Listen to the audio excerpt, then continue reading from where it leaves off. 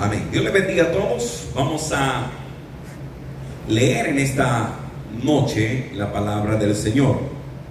Vamos a estar entrando en estudios bíblicos, en temas doctrinales durante los próximos jueves, pero hoy quiero que veamos un tema muy importante y lo vamos a ver en la segunda carta o epístola de Pablo a Timoteo, capítulo número 1, versículo número 6.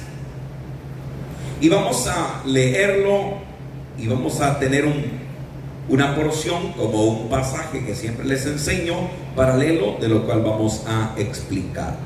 Versículo 6 dice: por lo cual te aconsejo que avives el fuego del don de Dios que está en ti por la imposición de mis manos. Porque no nos ha dado Dios espíritu de cobardía, sino de poder, de amor y de dominio propio. Tenga la bondad de tomar su asiento. Uno de los más grandes escritores del Nuevo Testamento fue Pablo, porque escribió creo 14 epístolas, unas que fueron epístolas generales, otras que se le conocen como cartas pastorales. Es una carta pastoral porque se le escribe al joven Timoteo, como otra carta pastoral que le escribe también a Tito. Ellos eran pastores que Dios había establecido a través de Pablo. Y aquí escuchamos un consejo de Pablo a Timoteo, porque como siendo un joven, Pablo le dice tanto a Timoteo o a Tito los consejos que les da, que nadie tenga en poco tu juventud, sino en ser ejemplo a los creyentes en palabra, en amor, en pureza. ¿Por qué dice Pablo eso? Porque se tiende muchas veces a menospreciar a los jóvenes. Los jóvenes son muy menospreciados y no nos damos cuenta que un joven bajo el poder del Espíritu Santo puede hacer cosas grandes.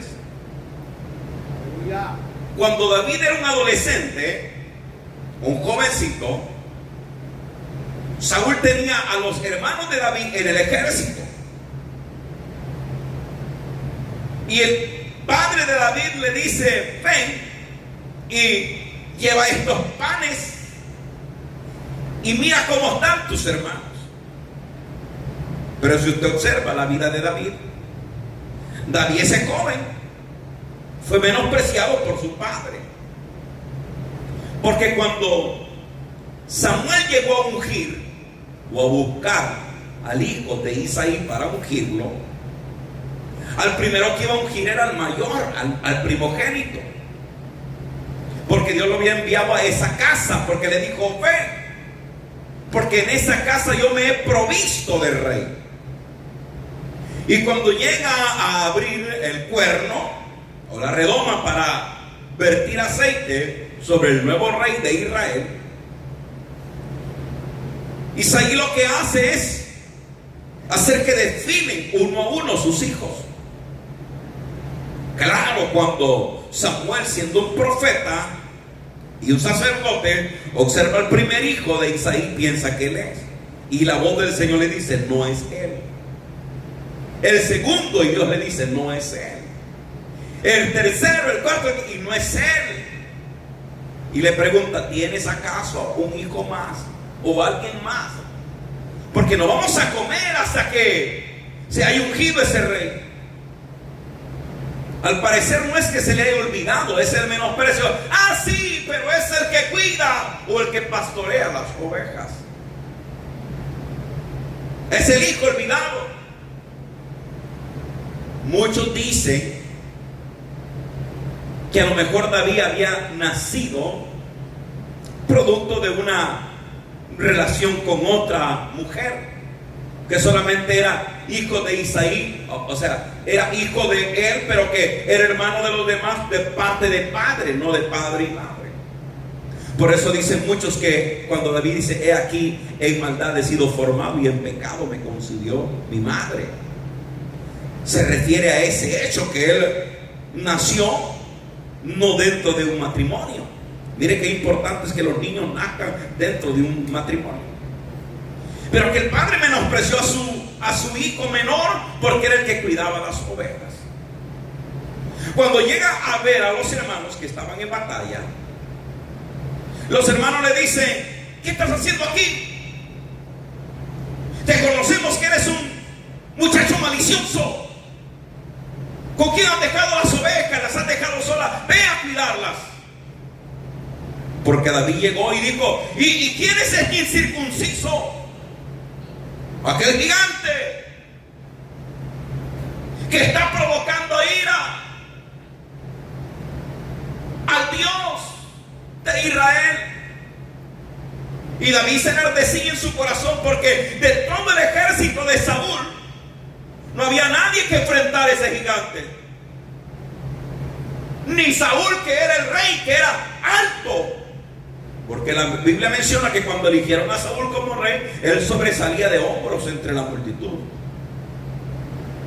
Y los hermanos le dijeron: vete, ve a cuidar las ovejas. Tú eres un joven malicioso. Fue menospreciado. Pero David se acerca donde el rey y pregunta a David: ¿qué le van a dar al que salga a pelear contra este gigante? Y Saúl, en la desesperación, dice: bueno, aquí le voy a dar a mi hija y le voy a hacer un hombre importante, le voy a dar riquezas, lo vamos a coronar de honra.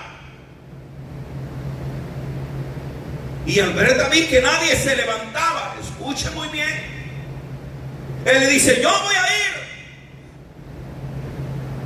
Y lo menosprecia el rey y le dice: ¿cómo vas a ir si eres un muchacho? Y ese es un guerrero desde su niñez, y tú eres un muchacho, tú eres un pastor de ovejas, ¿cómo vas a ir? Y le dijo: yo voy a ir a pelear contra ese gigante y yo lo voy a derrotar, yo lo voy a matar. Pero le dijo: pero no puede, porque tú eres un jovencito, eres un muchacho. Lo menospreció el rey. Amén. Y al ver que nadie podía ir, ese joven quería ir. Y le cuento una historia al rey: es que yo soy pastor, pero cuando una oveja la quita el lobo, la quiere robar o se la quiere comer un león o un oso, yo vengo y agarro ese oso y agarro ese león y los mato. Lo convenció. Y le dijo: muchachos, por lo menos para que dures un poco en el campo de batalla, ponte esta armadura. Y con esa armadura David no podía caminar. Y dijo David: yo no puedo, porque es lo que podía usar solamente era aquel saco pastoril en donde podía meter pan, en donde podía meter unas piedras. Y así fue a la guerra. Y usted conoce la historia que se les enseña a los niños, lo cual dijo David: aquel gigante, tú vienes a mí con espada, lanza y cabalina, pero yo vengo en el nombre de Jehová de los ejércitos. Amén. Cuánto menosprecio de David por su padre, por sus hermanos, por el rey y por el mismo gigante. Y porque el gigante dijo: ¿acaso yo soy un perro para que vengas a mí con palo? Te voy a matar, muchacho, y voy a dar tus carnes a las aves, a las bestias, para que se las coman. Pero no sabían que con ese joven estaba el Dios de Israel. Amén.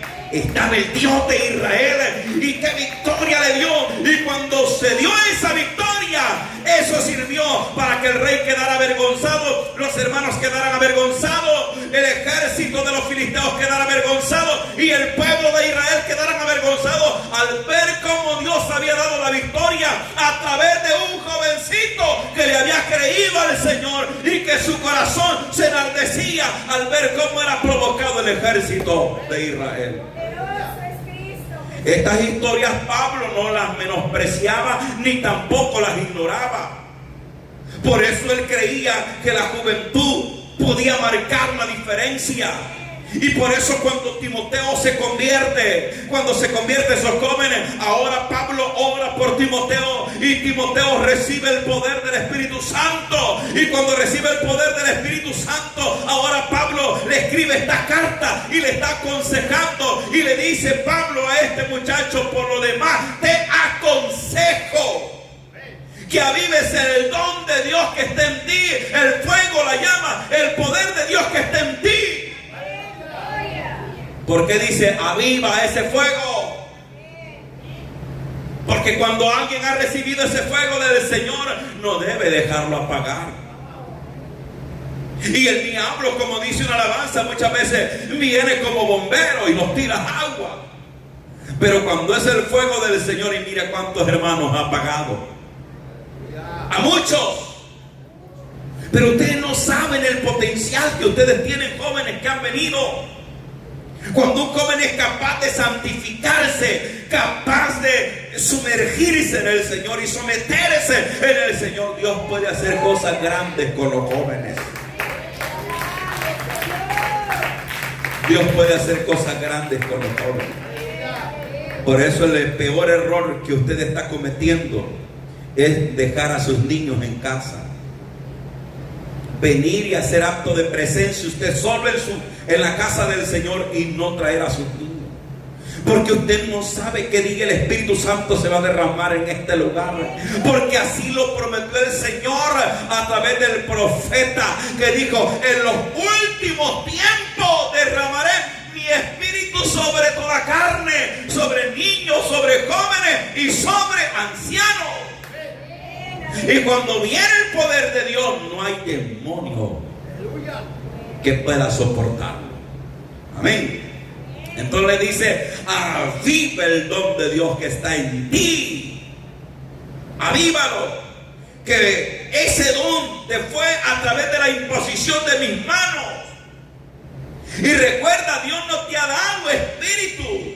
Y allí se mezcla él también. O sea, Dios no nos ha dado, dice Pablo, espíritu de cobardía, sino de amor, sino de poder, de amor y dominio propio. Eso es lo del Señor. Amén. Entonces, ¿por qué Pablo está aconsejando a Timoteo? Porque son las cartas pastorales a Tito. Porque ellos tienen toda esa capacidad en el Señor. Las fuerzas que a Pablo más adelante posiblemente le falten, Timoteo y Tito las van a tener. Nosotros muchas veces no creemos en las generaciones nuevas. Por eso es que los altares muchas veces no se prestan a los jóvenes para que prediquen. Porque decimos: ¿qué va a decir un joven? Pero usted no sabe lo que un joven puede hacer bajo el poder de Dios. Quiera Dios que aquí Dios levante jóvenes con poder y autoridad. Y que nosotros nos maravillemos y los impulsemos a que sigan adelante. Porque si el Espíritu Santo de Dios está en ellos, cosas grandes pueden hacer. Pero la palabra clave a lo que los quiero llevar es a esa palabra que dice: te aconsejo que avives el fuego del don de Dios que está en ti. En el tiempo de la ley, el Señor estableció que sobre el altar tenía que haber siempre leña y que el fuego tenía que estar encendido todo el día, día y noche. Entonces, la persona encargada de encender ese fuego tenía que estar diligentemente para que ese fuego no se apagara. No se apagara. Porque era una orden y un mandato del Señor. ¿Qué es lo que puede hacer que se apague el fuego? Eso yo le llamaría un sueño espiritual, no físico, porque sueño físico todos tenemos.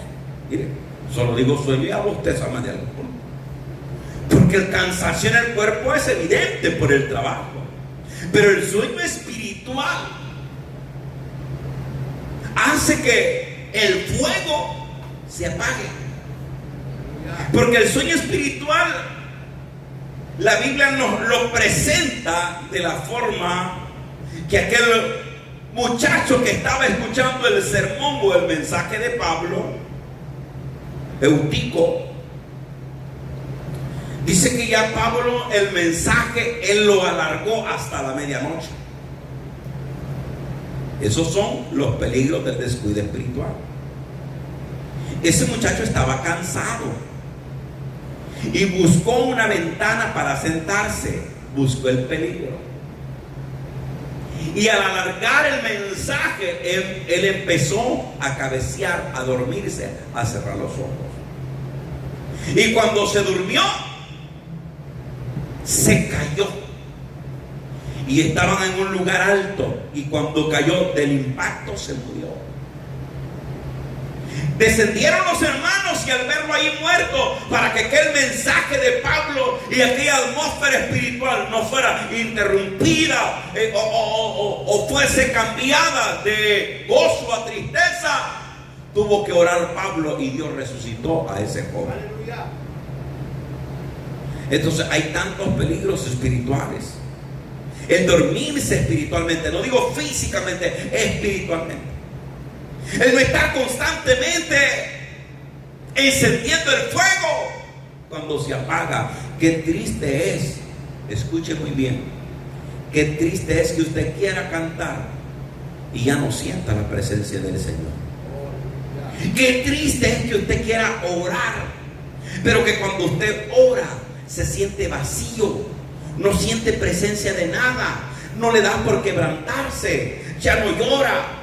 No lloramos por los problemas, sino que es muy bonito cuando alguien esté en la presencia del Señor y ahí en esa presencia quiere estar no solamente un momento, sino que fuese eterno.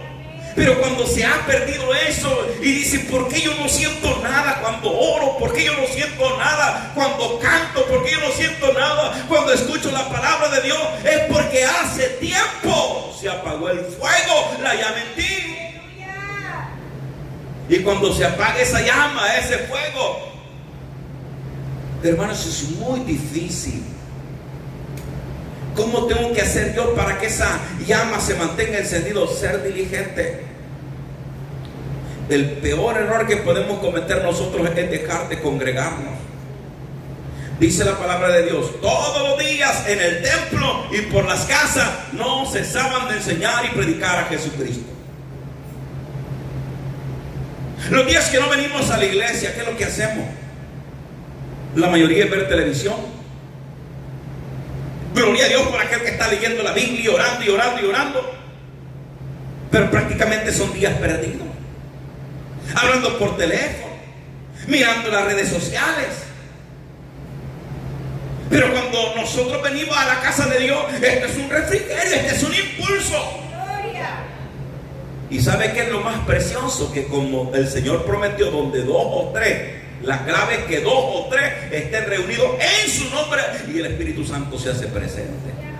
Entonces no necesitamos una multitud, sino donde dos o tres. Y dice, aviva el don de Dios. Sé diligente. Todos los días en el templo, por la casa, predicando la palabra, no descuidándonos de la obra de Dios, no descuidándonos de nuestros privilegios. Cuando nosotros decimos privilegio, se refiere al hecho de estar en un lugar donde no somos dignos. Pregunto, ¿soy digno yo de estar parado detrás de un púlpito en un atril predicando la palabra? No. ¿Es digna o usted es merecedor de tan alto honor y privilegio de poder servirle al Señor, de tener un uniforme en una congregación y de venir a servir y decir, soy parte de los ujieres de una congregación, soy un diácono, una diaconisa, soy un servidor de la congregación? Al ser servidor de una congregación, usted es servidor de Dios, y como servidor de Dios servimos en una iglesia. Es un alto honor. El problema es que nosotros no lo vemos así. Hay personas que le han dicho, pastor, hoy no quiero llevar el uniforme a la iglesia. ¿Y sabe qué responde el pastor? Nada. Nada. Porque el Señor algo me enseñó a mí, que las personas van a servir en su voluntad, no porque el pastor los impulse o los obligue, no. Eso es como que usted le diga a un militar, a uno de los que cuidan esta ciudad, de los policías locales, y que le dijeran a su superior: hoy no queremos llevar uniforme. No se puede, porque ellos están al servicio de una comunidad. Así nosotros, hermanos, sintámonos como un grande honor el saber que tenemos un privilegio de parte de Dios, porque esto de predicar la palabra o de servir en las iglesias, eso es deseado por los ángeles. Voy a hacer un paréntesis aquí. ¿Sabe qué es un ángel? Un ángel es un enviado, alguien que Dios envía para el mensaje. Lo que pasa es que nuestros ojos físicos no alcanzan a ver los ángeles. Pero cuando Dios va a mandar una respuesta, envía ángeles mensajeros. Esos son los ángeles mensajeros para dar un mensaje, para contestar una petición, una necesidad. Dios así lo hace. Para eso los tiene. Ellos se sienten privilegiados de parte de Dios, que Dios les diga: lleven este mensaje y esta respuesta a este hijo o a esta hija. Alegres porque pueden volar y viajar de los cielos y pasar y llegar hasta la tierra y presentar la petición. Si no creen eso, lean lo que dice el libro de Daniel, capítulo 10, cuando Daniel oró y ayunó 21 días y tuvo que enviarle Dios la respuesta a través del ángel. Amén. Entonces dice: aviva el fuego del don de Dios que está en ti. Avívalo, que te fue dado a través de la imposición de mis manos. Avívalo, no lo dejes que se apague. No dejes que se apague esa llama, ese fuego. Porque si se apaga es muy difícil volverlo a encender. ¿Escuchó? Si hay algo muy delicado en una congregación, es el Espíritu Santo. ¿Sabía usted eso, hermano? El Espíritu Santo es tan delicado. Y yo voy a decir una palabra con toda libertad, pero también con autoridad, porque así es. Hay lugares. Nosotros hemos creído, hermano, que Dios tiene diferentes formas de manifestarse, pero hay lugares donde predomina el desorden, la envidia, el egoísmo, la altivez, la rencilla, el pecado. El Espíritu Santo no puede morar, porque es santo. Pero donde hay corazones sensibles, sencillos, gente que le anhela, que llora, que le busca, entonces Él se hace presente. Por eso dice el apóstol Pablo: no contristéis el Espíritu Santo, que el Espíritu Santo no se entristezca en ti. Y pregúntale: Señor, ¿seré cuántas veces yo he contristado al Espíritu Santo con alguna acción, con alguna actitud? Y el Espíritu Santo, al sentirse triste, se puede apartar. Y al apartarse, entonces quedarás como címbalo que retiñe, como metal que suena, y no ocurrirá nada. Por eso cuando los enfermos llegan a las iglesias, se oran por ellos y se mueren. Se oran por ellos y siguen enfermos, porque hay algo que hace la diferencia, y es el Espíritu Santo de Dios. No el hombre, el Espíritu Santo de Dios. Entonces, avivar el Espíritu es ser diligente. Aprenda a congregarse martes, jueves, domingo. Nosotros tenemos 3 días nada más. 4 días tenemos libre y solo 3 días nos congregamos. Yo pregunto: ¿qué será de la gente que solamente viene un día a la semana? Diga: ay, si es usted. Aleluya. Amén. ¿Qué será de aquella persona? Si esa persona busca a Dios, gloria a Dios, porque alguien dice: yo no necesito ir a la iglesia para buscar de Dios, yo puedo leer en la casa, yo puedo orar en la casa. Usted está pasando por alto el Salmo 133, Hebreos 10:25. Salmo 133 dice: mirad cuán bueno y cuán delicioso es habitar los hermanos juntos en armonía. Y el último versículo del Salmo 133 dice: porque ahí, cuando están juntos en armonía, porque ahí envía Jehová bendición y vida eterna. Hebreos 10:25 dice: no dejando de congregarnos como algunos o muchos tienen por costumbre. El dejar de congregarse se hace costumbre. Hoy no voy a ir el martes, dice, y no va el martes a la oración. Y de repente dice: hoy no voy a ir el jueves. Deja de venir un martes, un jueves, y de presto se queda con domingo. Y luego dice: este domingo no voy a poder ir. Usted mismo le está apagando el fuego. El fuego. Amén. Nunca cuento historias personales, pero sé que estos videos alguien los mira, y hay hermanos en el Señor que son testigos. La costumbre de nuestra congregación, donde nacimos, donde le entregamos la vida a Cristo, todos los viernes se hacían vigilias, todos los viernes, de 9 de la noche, 9:30 de la noche, hasta las 4:30 de la mañana, hacia las 5. Teníamos que tomar un transporte, era casi una hora de la casa hasta la iglesia. Y recuerdo que decían: hagan una fila todas las personas que no son llenas del poder del Espíritu Santo para que oremos por él. Un año completo y yendo a vigilias para que el Señor me llenara de su poder, de su presencia. Yo veía cómo recibían unos dones, lengua y diferentes dones del Espíritu Santo, y yo venía triste. Pero siempre ahí.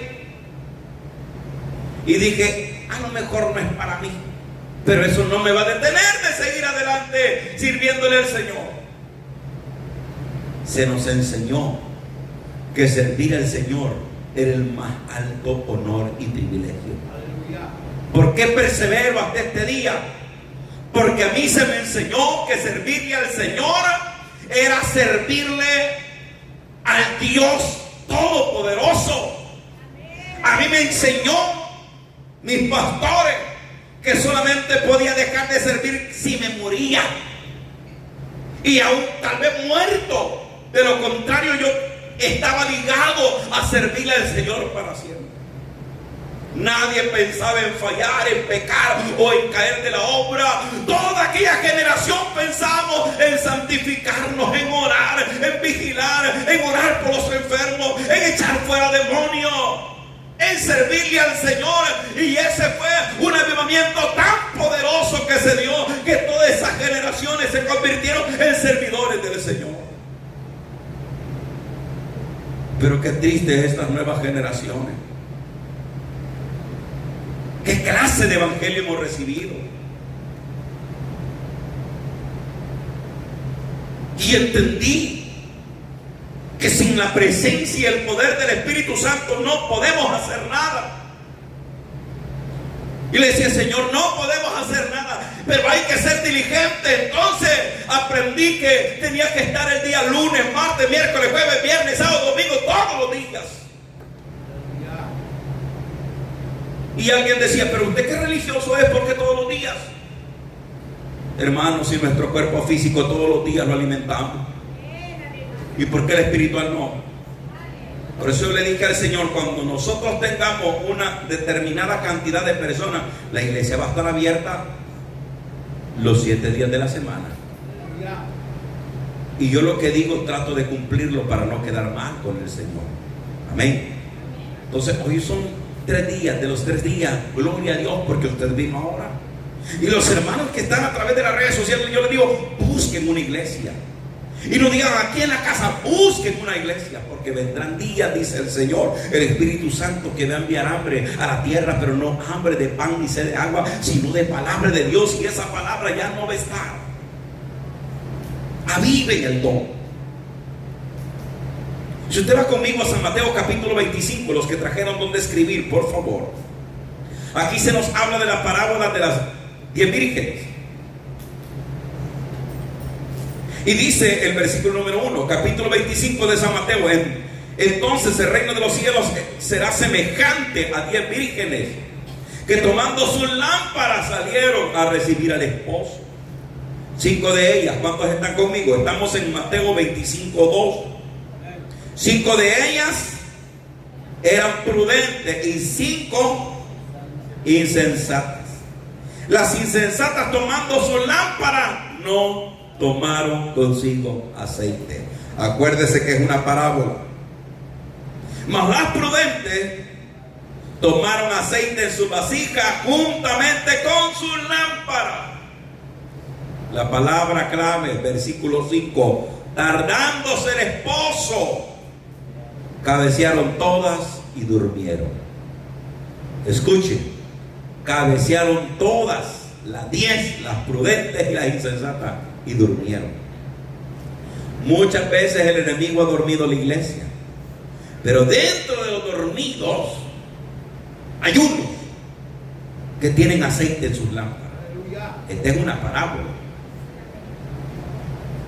Y usted sabe que la lámpara representa el cuerpo y el aceite la presencia de Dios, el Espíritu Santo. Aquellas insensatas tenían poco de Dios, poquito. Pero aquellas prudentes representa a la iglesia que constantemente está llenándose del poder y de la presencia de Dios. Y que puede llegar un determinado momento en donde el esposo puede tardar, nuestro Señor, y se puede cabecear y muchas veces dormir. La diferencia está en que cuando el esposo venga, porque ahí se oyó y dice: ahí viene el esposo a abrirle. Habían 5 insensatas que se les acabó en ese dormitar el aceite. Dice el versículo 7, cuando ya se había gritado que ahí venía el esposo y que se les abriera o salgan a recibirle, versículo 7, entonces todas aquellas vírgenes, repito, todas las vírgenes cabecearon y se durmieron. Verso 7, todas aquellas vírgenes se levantaron y arreglaron sus lámparas. Amén. ¿Estamos bien hasta ahí? Aquí está la diferencia. Y las insensatas dijeron a las prudentes: danos de vuestro aceite, porque nuestras lámparas se apagan. Mas las prudentes respondieron diciendo: para que no nos falte a nosotras y a vosotras, ir más bien a los que la venden y comprar para vosotras mismas. No dice para ustedes y para nosotros. Amén. Entonces, quiero que entienda este versículo. Cuando las insensatas dijeron a las prudentes: dadnos de vuestro aceite. Escuchen. Muchos piensan en el poder que se puede transmitir o como una unción transmisible, pero yo no creo en eso. Yo creo que todos nosotros tenemos nuestra propia lámpara, nuestro propio cuerpo. Y aquí lo está diciendo en esta parábola el Señor, porque aquí no dice que las prudentes le dieron a las insensatas un poquito del aceite. Lo que quiero dar a conocer es que la vida espiritual es tan personal, pero tan personal, que usted puede tener su esposa, su esposo, su hija, su hijo, pero la vida espiritual no depende de su compañero, ni de su compañera, ni del hijo, ni del padre, ni de nadie, sino que depende de usted mismo. Y dijeron: denos, pero no se puede. Aquí alguien puede venir frío y quiere que se ore por él y que se le ponga la mano, y que todo el poder que reposa sobre el predicador, sobre el pastor o sobre el Hijo de Dios va a reposar sobre esa persona. No es así, porque eso es como compartir el aceite. ¿Me doy a entender? No es así. Por eso es que cada uno ha sido llamado de parte de Dios a encender el altar, a ponerle leña, a ser diligente para andar en el poder del Espíritu Santo. Y uno dice: ore por mí, hermano, para que Dios me dé ese poder. O sea, eso está como que usted pasa días enteros, noches enteras, ayunos, oraciones, vigilia, se llena del poder de Dios, pero entonces viene y tiene que dar de ese aceite. No, la vida espiritual es tan personal. Por eso le dijo: aviva el don de Dios que está en ti. ¿Qué es lo que Dios puede hacer con las vasijas llenas de aceite? Milagros. Aquí puede venir una persona y se sana. El demoniado sale liberado. Enfermo, Dios lo sana. Y eso es lo que Dios hace sobre o con aquellos que reposa el poder de Dios. Las 10 se durmieron, pero 5 tenían aceite. Hay mucho pueblo de Dios que está adormecido, pero que tienen aceite en sus lámparas. Y que llegará el momento en donde se escuchará, no que dice: ahí viene el esposo, sino que se escuchará el sonido del shofar en el cielo. Y esa lámpara que por misericordia tienen aceite, el Señor la va a levantar. ¿Cuántos dicen amén? Oremos para que esas lámparas se sigan llenando y digámosle al Señor: Señor, yo soy una lámpara, pero permite que siempre haya aceite sobre mí, que siempre tenga ese gozo, que siempre tenga esa alegría, que siempre esté dispuesto. Es que la persona que tiene aceite en su lámpara, ese siempre está dispuesto. Cuando le dice: vamos a la iglesia, vamos, hermano, vamos a su culto, vamos, hermano, oramos, leemos todos, hermano. Es algo muy precioso cuando esté el aceite, cuando el fuego del Espíritu se está avivando. Amén. ¿Cómo ha venido usted? ¿Con su lámpara media vacía, vacía completa, o con un poquito de aceite? ¿Cómo ha venido usted? ¿Con el don de Dios apagado? ¿Dejó de avivar el fuego? Imagínense que viene el tiempo del invierno, donde el invierno es duro y crudo. Aquí en Estados Unidos hay estados más fríos, en donde estamos todos a la intemperie afuera, y para calentarlo lo que nosotros necesitamos es una fogata. Y en esa fogata, cuando se enciende ese fuego en esa fogata, nosotros buscamos el frente. Amén. No buscamos quedarnos atrás, a frente, para calentarnos, y sentimos ese calor que es sabroso, que bueno en un tiempo de frío. Amén. Pero necesitamos acercarnos. Por eso Moisés se acercó a aquella zarza que ardía. Amén. Entonces acerquémonos al fuego del Señor, acerquémonos cada día más, y entonces disfrutaremos del verdadero cristianismo. ¿Por qué las personas no disfrutan del verdadero cristianismo? Porque las lámparas están completamente apagadas, vacías. Son personas que cantan por compromiso, que vienen a la iglesia por compromiso, pero simple y sencillamente, lastimosamente, hay muchas personas que así como vienen a la iglesia, así se van. Pero quiera Dios que nuestras lámparas se enciendan nuevamente. ¿Qué les parece? ¿Les gustaría que esa lámpara, que es su cuerpo, el Señor hoy le pidamos perdón, le digamos: Señor, puede ser que mi lámpara ya no tenga aceite, Señor, me he descuidado, Señor, me he descuidado de venir a la iglesia, de las oraciones, de congregarme, de involucrarme, Señor. Puede ser que mi lámpara se haya apagado, Señor, pero hoy tú le puedes poner aceite. Y si el Señor le pone aceite, hermano, usted va a ser una mujer y un hombre indetenible. Usted no va a estar esperando que el pastor le diga: hermano, ¿cree que puede servir? Usted mismo y usted misma va a decir: ¿en qué ayudo? ¿Qué puedo hacer? Aquí estoy, pastor, ¿en qué puedo trabajar? ¿En qué puedo servir? Esa es la actitud de las personas cuando tienen en sus lámparas aceite. Amén y amén. Vamos a darle palmas al Señor y vamos a orar. Le invito a que se ponga sobre sus pies y que pasen todos al altar. Vamos a orar. El altar es grande, hermano. Aquí cabemos todos. Y cuando pase al altar, por favor, levante sus manos. Vamos a orar y vamos a pedirle al Señor que por favor lo llene de su Espíritu Santo. Que si hemos entristecido al Espíritu de Dios, le pidamos perdón. Amén. Le pidamos perdón.